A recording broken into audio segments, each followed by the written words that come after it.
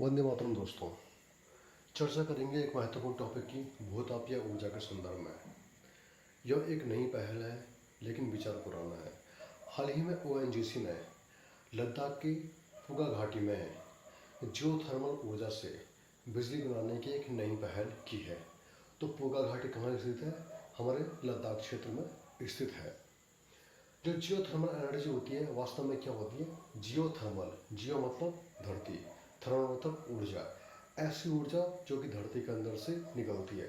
सामान्यतः क्या होता है कि जो धरती होती है उसमें बहुत सारे रासायनिक अभिक्रियाएं होती हैं, इसके अलावा बहुत सारे धातुक पदार्थ पाए जाते हैं। ये सब मिलकर एक रेडियोधर्मी कारक पैदा करते हैं और जिससे कि धरती के अंदर गर्मी पैदा होती है।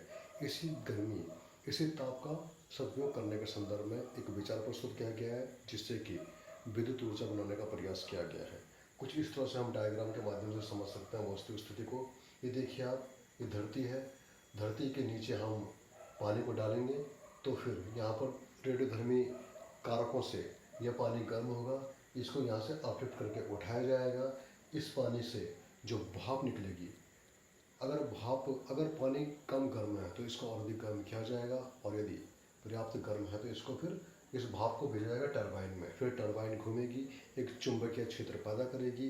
जो चुंबकीय क्षेत्र होता है वह विद्युत धारा पैदा करता है, बिजली बनाएगा। इस बिजली को सप्लाई किया जाएगा। फिर जो है वाष्प है जिसको ठंडा किया जाएगा और ठंडा करने के बाद पुनः इसको वापस प्रेषित किया जाएगा धरती के नीचे। इस तरह से एक सर्किल के माध्यम से यह विद्युत पैदा की जाएगी। यह कोई बहुत अधिक जगह नहीं घेरता है। इसे कहते हैं कि स्मॉल फुटप्रिंट्स, अर्थात एक बहुत ही कम स्थान पे इस परियोजना को स्थापित किया जा सकता है। जैसे कि हम वर्तमान समय में देखते हैं जो बहुत सारी जल विद्युत परियोजनाएं हैं, बड़ी बड़ी जल विद्युत परियोजनाएं हैं जो कि नदी पर बनाई जाती है, उसमें बहुत सारा समय, बहुत सारा धन का अपव्यय होता है।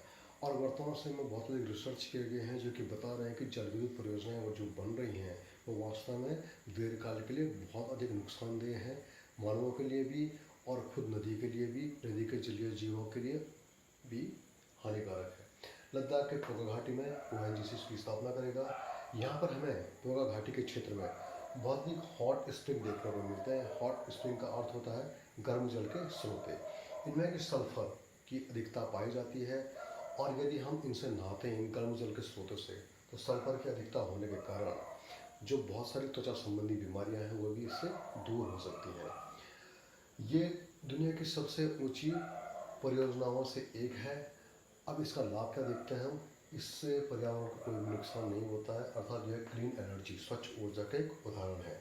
इसके अलावा 24 घंटे और 7 दिन, अर्थात हर समय, हर घड़ी, हर पल, हर क्षण इससे बिजली बनाई जा सकती है। 24 आवर्स काम करने वाली परियोजना है और हमारे लद्दाख क्षेत्र में जो विद्युत की कमी है वो अभी इससे पूरी की जा सकती है। कम स्थान यह घेरती है, लो फुटप्रिंट्स यह करती है।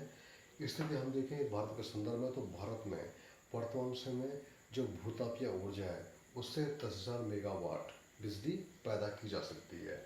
मुख्य स्थान जो चिन्हित किया गया है वह हिमाचल का मणिकर्ण एक क्षेत्र है जहाँ पर भी हम भूतापीय ऊर्जा के माध्यम से विद्युत पैदा कर सकते हैं। इसके अलावा महाराष्ट्र का जलगांव है, उत्तराखंड का तपोवन क्षेत्र है, पश्चिम बंगाल का बगरेश्वर क्षेत्र है और गुजरात का कावा क्षेत्र है। यहाँ पर भूतापीय ऊर्जा पैदा करने की बहुत बेहतर स्थितियाँ हैं।